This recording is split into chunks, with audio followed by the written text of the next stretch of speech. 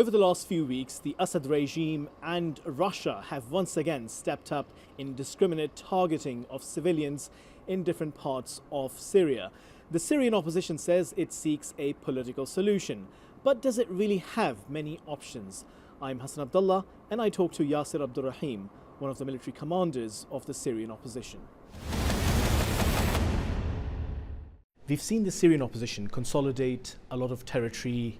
They made gains, and then Bashar al-Assad, Russia, sort of compressed them.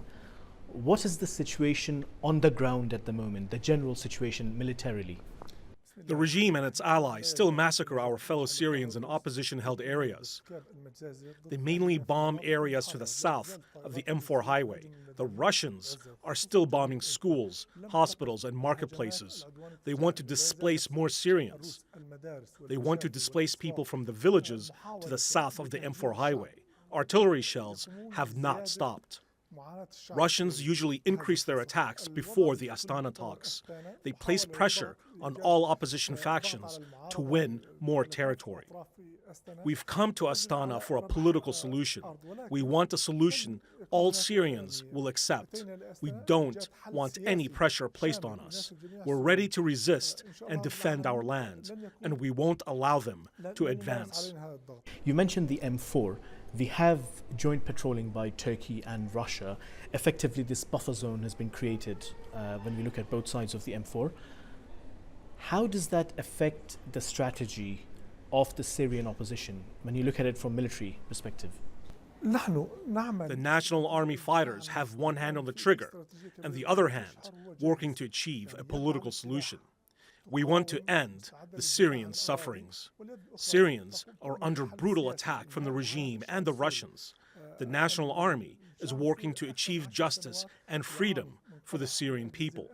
Detainees have to walk free from the Assad regime's cells. We will withstand the Russians and the regime if they think of advancing south of the M4. We're at the highest level of combat readiness.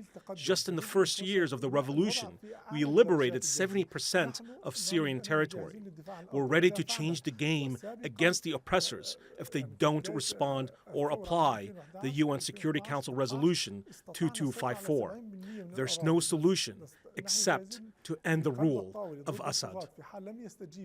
We're now in a small area with 4 million civilians, and we have no other choice but to defend our fellow Syrians. The regime and its allies provoke us, but we still believe in a political solution. We expect the international community to pressure the regime to implement resolution number 2254, and only then can we find out about the whereabouts of the missing Syrian detainees. The regime has killed and displaced millions of Syrians. We're working on a political solution so Syrians can return to their cities and villages.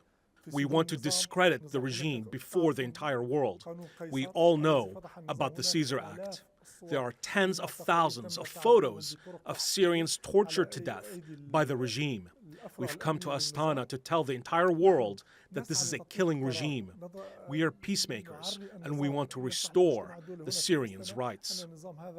When we look at the situation in Syria, especially after the Russian intervention, it's quite clear that it was the use of hard power by Russia and by the Assad regime that proved to be the game changer. Now, we have this political process in which the Syrian opposition is participating in at the moment, but militarily, is there something that you can do that could still change the situation on the ground to your advantage?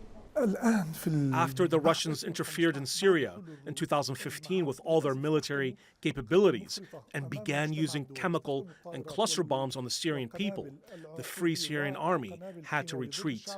The oppressed people have no other choice but to defend themselves. But the game will change if the international community stands beside the Syrian people. Idlib will be a graveyard for the Russian soldiers and their allies. We've prepared our troops inside the camps. We will not allow the Russians and their allies to advance. We're ready to change the game if they think of launching a land offensive on Idlib.